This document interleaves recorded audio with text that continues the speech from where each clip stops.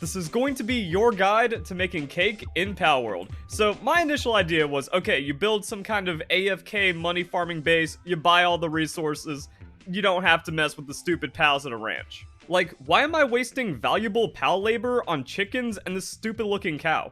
There's gotta be a better way. No, doesn't seem like there is. So that's what I'm gonna be doing. If you enjoy the video, don't forget to leave a like, share it with friends, comment your thoughts down below. How do we build the most optimal breeding base? The problem is the cake gate. And I think I was a little too ambitious with this hyper breeding farm.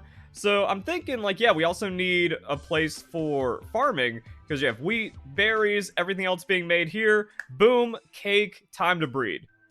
So I think that's just the best way of doing it. And I know a lot of people are going to ask, what about Lovander? It has cake. I mean, it drops cake. In my experience, the cake is way too rare to make it worth it. I got back-to-back cake drops, and I was like, whoa, this is like the best thing ever.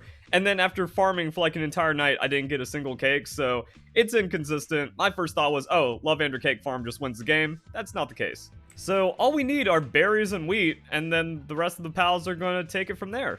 And lucky me, I got an Artisan Chickpea, which means we just need to get some Bee Guard and the Mazzarina. And that's it? Interesting. My second shiny on this playthrough that's been like super duper mega late game. Oh, we're gonna have some fun here. Oh shit, oh shit. Oh, that's too much damage. Where'd he go? All right. Oh, come back. Made you do that.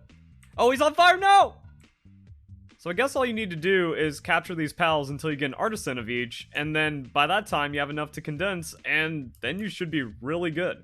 I've actually been having a hard time getting a good working Mazzarina, but there's an answer to that, and funnily enough, it's breeding. So, female Lamball, male Wyvern, that's going to give us Mazzarina. We got some cakes left over just from like other shenanigans, so let's see if the magic happens. And speaking of breeding to make your base better, Verdash is just busted. 2 planting, 3 handiwork, 3 gathering, and 2 transport.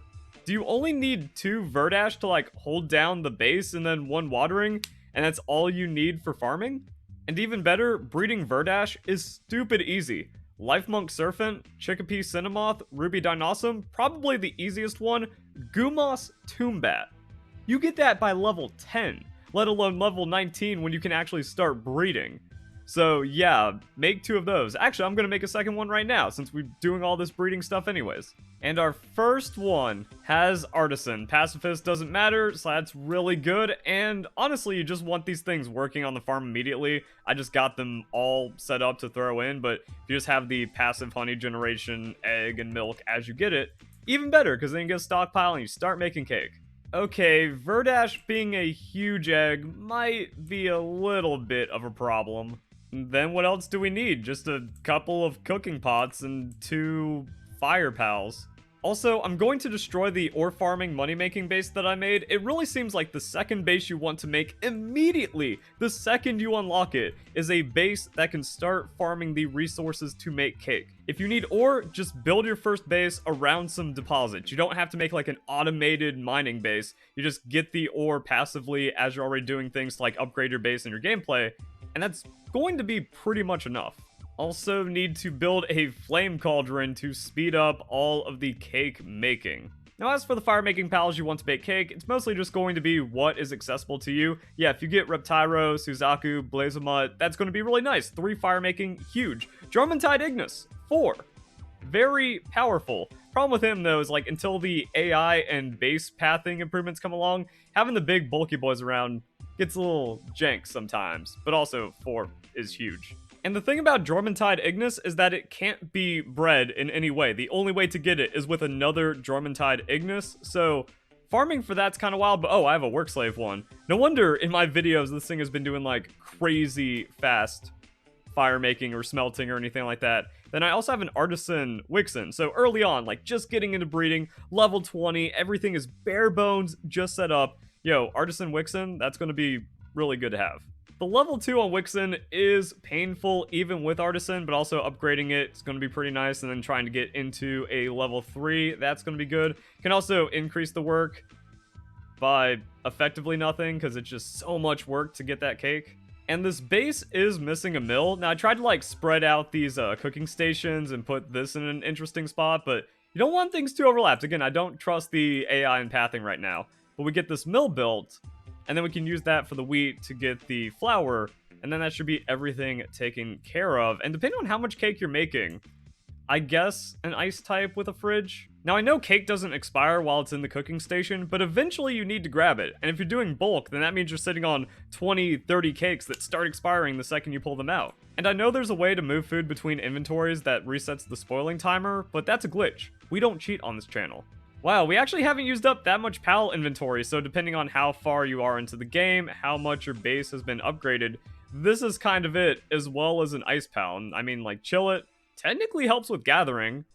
Like, do you want the ice PAL to leave the fridge to gather so frequently? I don't know. But you put an ice PAL down, and then that leaves all of this for breeding, which is pretty nice. I decided to make the fridge because we are civilized here in this breeding facility. But there we go. I think that's pretty much it to getting a reasonable cake base set up and then upgrading it as you need to. It really looks like the amount of breeding pens is overkill.